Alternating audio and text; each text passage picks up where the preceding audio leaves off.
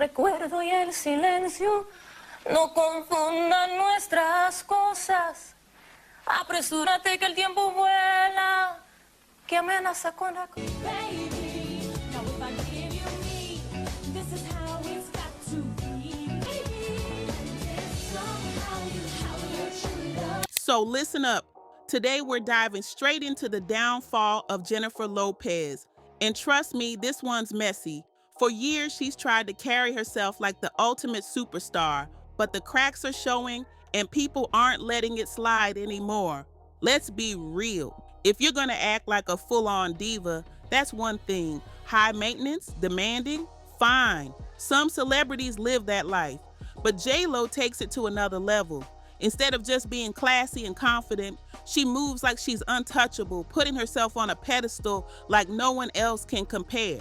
And the crazy part is, when the talent doesn't back it up, the attitude hits different. People are saying it loud now. Her skills just aren't matching the image she's selling. Always dream. Ah! Whoa, I'm sorry everybody. That hurt me too. I'd always dream that fine. Sorry. That sounded so fucking crazy. I'd always dream that fine. Okay, play it again. Corey, give me the note, Corey. Here's where it gets even juicier. Folks aren't just pulling these opinions out of thin air. Old videos are resurfacing all over social media, and suddenly the so-called glamour of J.Lo is being replaced with story after story of her being rude, dismissive, or just plain cold to regular people. And it's not just a one-off bad day either. Service workers, staff, even fans are coming forward with their own experiences. And the pattern is shocking. The truth is, people have been side-eyeing Jennifer for years, but right now, the internet is dragging her like never before. Every old clip, every shady interview, every weird interaction is getting replayed, and viewers are connecting the dots. What we're seeing is not just one bad rumor, it's a stack of receipts showing a side of J.Lo that a lot of fans wish they never saw. And here's the real kicker. You can't hide it, Jennifer.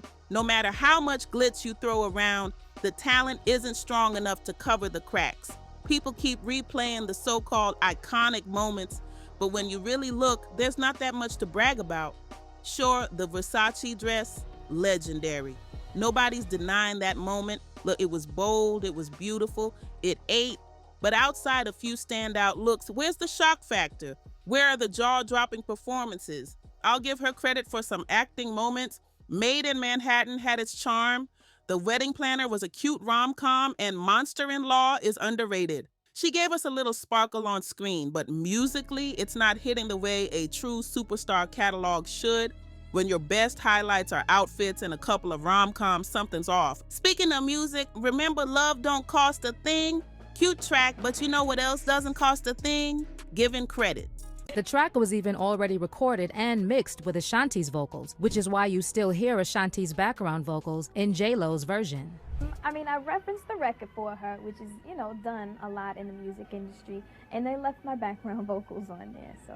And as if that wasn't enough, J.Lo also tried to steal Ashanti's hit, What's Love, and Fat Joe is the one who spilled that tea. Irv and Ja had called me, and they woke me up like 3 in the morning, and they said, yo, come down. We made a song for you. It's right after Pun Pass. So when I go to the studio, it's like 4 in the morning. They play What's Love and You on it. And they was telling me, yo, this is for you and J.Lo. We want the Latinos on this, and that. Long story short, Fat Joe said that they had to stick with Ashanti, and they did. And that's one of Jennifer's biggest scandals. For years, she's been accused of snatching credit from others. Vocals, creative work, ideas, and walking away like she built it all herself. That's wild. The truth is, J.Lo wasn't just celebrated, she was force-fed to the public. Everywhere you looked, radio, TV, magazines, there she was, marketed as a flawless triple threat.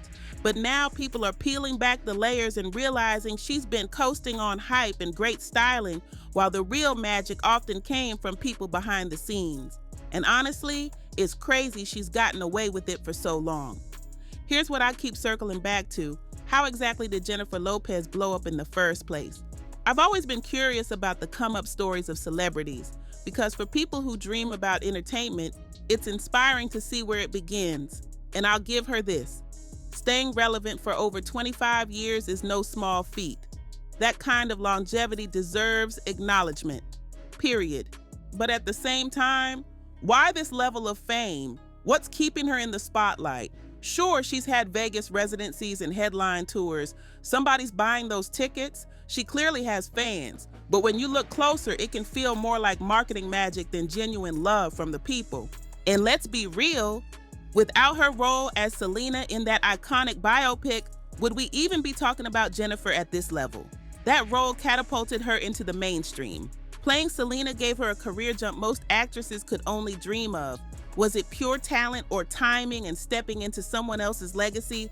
Because without that film, the trajectory looks very different. On top of that, she's said and done questionable things over the years that make you wonder how she's skated by without more backlash. And yes, I'll give her flowers. She's gorgeous, but even that gets tricky. The compliment, "she looks so good for her age," sounds flattering until you realize it's backhanded. Honestly, that's the kind of thing you could imagine Jennifer saying to someone else, wrapped in sweetness, but really a dig. Okay, maybe I was a little harsh earlier, that's because yes, she's beautiful. But here's what always confuses me. Who exactly are her fans? Who's truly riding for J.Lo? A lot of people say her core base seems to be Latina and Hispanic women, and that checks out. Representation matters, and for a while, Jennifer was marketed as a global Latina superstar who made it big. When I asked around, the consensus barely changed across age groups. People know her, people respect her, but they don't love her the way fans worship someone like Beyonce or Shakira. She had her hits, but to most people, she never became that untouchable icon. Now, let's get into the real drama, because this is the heart of the controversy. Jennifer Lopez has been accused for years of dodging credit and even using other people's voices. We're talking singers like Christina Milian and Ashanti, women with powerhouse vocals who didn't get the shine they deserved because J.Lo was the one front and center. Take Jenny from the Block, for example. People point out that Natasha Ramos's original vocals exist and seem to overlap closely with what showed up in J.Lo's version, even down to a laugh that fans swear is still in the final track. To be fair, I think there's a mix of Jennifer's voice layered in there, but her tone has always been thin, almost whispery. Producers stacked vocals to make those hooks sound full, and sometimes they didn't clean it up perfectly. Whether you call it collaboration or credit washing, the whole thing has followed her career. This isn't an isolated case, and from not writing her own material to taking credit for songs others breathe life into, it paints a picture of someone more about image than raw talent. Fans are only now connecting the dots, but insiders have whispered about it for years. Now let's talk vocals. When you strip away the backing track and listen to isolated takes, it can be rough. She goes from glamorous diva to karaoke night shaky, and that's shocking for someone at her level. Jennifer has the looks, face card valid, body 10 out of 10, but the vocals? If you've heard her without heavy production, you know what I mean. This is where accountability comes in.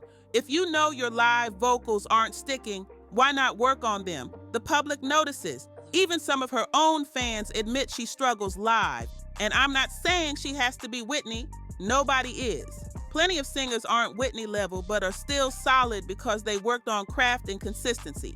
That's what makes it frustrating. After 25 years, it feels like she never truly invested in real vocal training. Here's the truth people tiptoe around. I don't know anyone who thinks J.Lo is even a decent vocalist.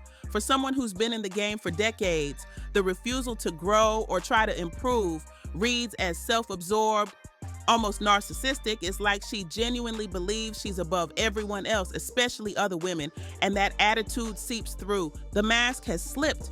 The polished, likable superstar image doesn't hold up because she doesn't come across as someone you'd want to be around. Not everyone is for everyone. That's life. But celebrities have to handle public interactions differently.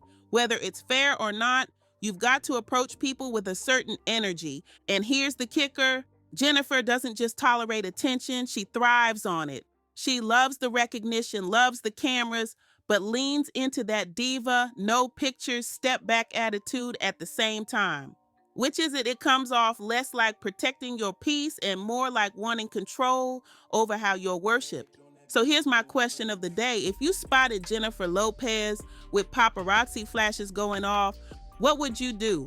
Stop and stare, ask for a photo, or keep it moving like, oh cool, that's J.Lo, and carry on? Because while she still has fans and can sell out Vegas residencies, the real question is whether the admiration is genuine or if people are just paying for spectacle. Here's the thing about Jennifer. She knows people still show up for her, and that keeps the ego afloat. Packed shows, ticket sales, fans cheering. In her mind, that means she's still relevant. And to be fair, she isn't wrong. She has an audience, multiple income streams, and businesses that keep her name circulating. Someone who's lasted 25 plus years won't vanish overnight. At this point in her career, she's riding the wave. She may not be the cultural force she was in the early 2000s, but she's not disappearing. She'll keep finding ways to stay in the mix, even if it's not at the same superstar level. Like her or not, she's mastered the art of staying around, even when people are dragging her name. All right, back to the credit conversation, because this part defines her legacy for a lot of people. Plenty of artists don't write their own materials, that's fine. But what separates the real ones from the pretenders is passion and transparency. When a true vocalist sings, you feel it. With J.Lo, it's often smoke and mirrors. She sells you an image like she's delivering magic from her own voice. Then you find out those vocals were borrowed, often from Black women like Ashanti or Christina Milian, and the whole act feels like a scam. If you didn't sing it or write it, own up to it. Pretending it's all you while others stay in the shadows is why her legacy is so controversial.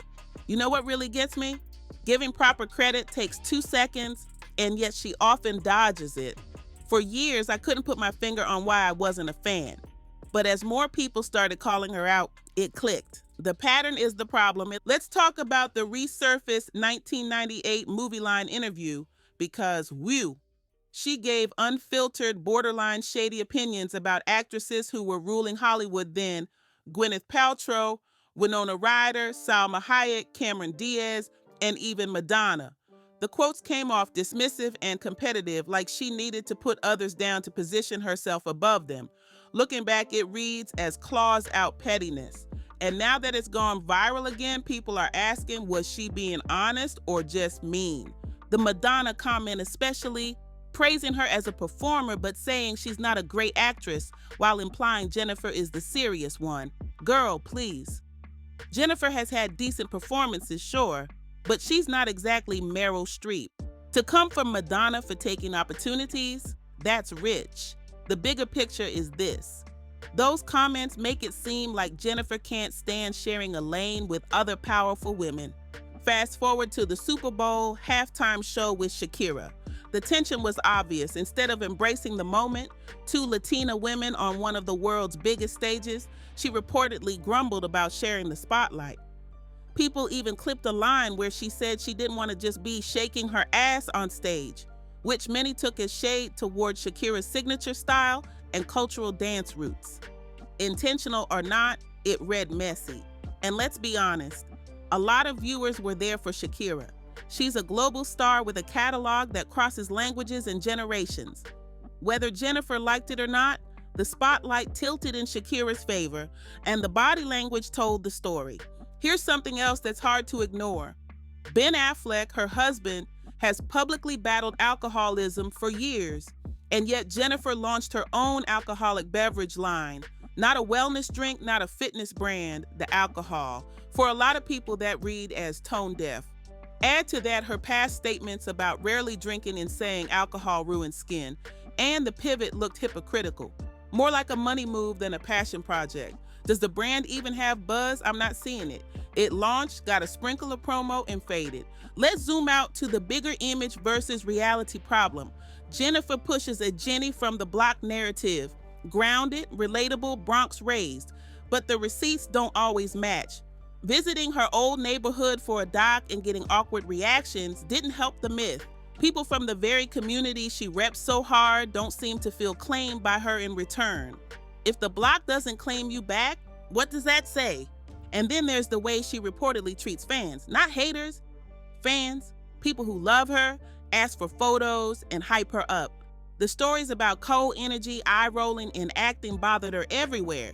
You don't owe every person a photo, but basic kindness costs nothing, and rudeness leaves a stain that PR can't scrub. I've also heard too many stories about her being rude to service workers and wait staff. That's unforgivable to me. These are 9 to 5 folks putting food on tables, literally bringing hers, and the least you can do is show respect. Most are excited and nervous to meet a celebrity and want to make a good impression. Meeting dismissal or a snap instead. Lowest of the low. Now, about the from the block struggle narrative, not every inconvenience is a hardship. Celebs love to sell a rags to riches script because it's marketable. It's okay if your life wasn't tragic. Just don't pretend it was to fuel brand identity. Here's my unfiltered opinion. She's always felt like an industry plant. For years, we were force-fed her as the ultimate superstar. And finally, I'm like, no, I'm changing the channel. Not every artist is for everyone, but the way she's been pushed makes it feel less like organic stardom and more like the industry refusing to let her fade. And if you really want to get under the skin of someone who thrives on ego and image like Jennifer, the answer isn't dragging her online. The real sting, stop supporting. Don't buy the music, don't stream the songs, don't flood the comments with Queen just disengage. The streams she brags about are mostly from old classics and the early 2000s nostalgia. If that stopped getting attention, she'd have to face the decline. There was a documentary moment where she revisits her childhood home, and the homeowner clearly wasn't giving the reaction the cameras wanted. It shattered the curated "I'm still from the block" vibe. And the way she talks about her music in these projects can feel like a performance of herself, heavy on myth-making, light on authenticity. Let's close with the attitude piece because that's what sticks. The way she treats people, especially her fans, is baffling. You're not better than anyone. Yes, you're famous and rich and live differently, but that doesn't give you a pass to be cold to the people who help keep your career alive. Being nice doesn't cost a thing. Being rude leaves a mark people remember forever. And reputations are built on those small moments. I've heard some wild horror stories, the kind that make you say, if that's true, I'm out. Even creators and influencers have shared their own experiences that weren't flattering. How many people have to speak up before we admit there's a pattern? So here's where I land. Jennifer Lopez is a master of image. She knows how to be seen, how to dress a moment, and how to stay circulating. But image without substance eventually cracks. The credit controversies, the vocal questions, the diva energy, the way other women are treated, the tone-deaf business moves, the distance from the community she claims, it all adds up. And that's why the public sentiment keeps shifting. The glitz fades, the attitude sticks. You can sell a fantasy for only so long before the audience wants the truth. If Jennifer ever leaned into real accountability, transparent credits, honest vocals, genuine collaboration, consistent kindness, she could rewrite the narrative. But until then, people are going to keep replaying the receipts. So I'll end with a question for you. Do you still stand Jennifer Lopez after all of this? Or are you starting to see the cracks in the image? Sound off because I know you've got opinions. Thanks for hanging out with me, for letting me rant, and for keeping it real. Until next time, stay hydrated, stay glowing, and get ready for the next round of tea. So this is J.Lo part 2 because y'all was in those comments going a little crazy. And here's the thing, I will be honest, I did just read those clips when I made that video, and those motherfucking clips was real because when I did watch the Netflix special, she did that. And I know you guys keep on saying, she never came for Shakira, she didn't. She said, I'm bringing more to the show than just belly dancing. That is a slight. And yes, she made the complaint, I should have to perform by myself. This is the worst idea. She said that once, that would have been fine. She said that twice, that would have been fine. She said it like 3, 4, 5, 6 times throughout the damn show. It was like, let it go. Why the year after they had 5 acts? Why we don't hear Shakira talking about how she was displeased? J.Lo was being very selfish. There was no girl power. She blanketed all her passion and ambition with narcissism, and it was weird. And if you can't see that, you are silly. So I don't really care.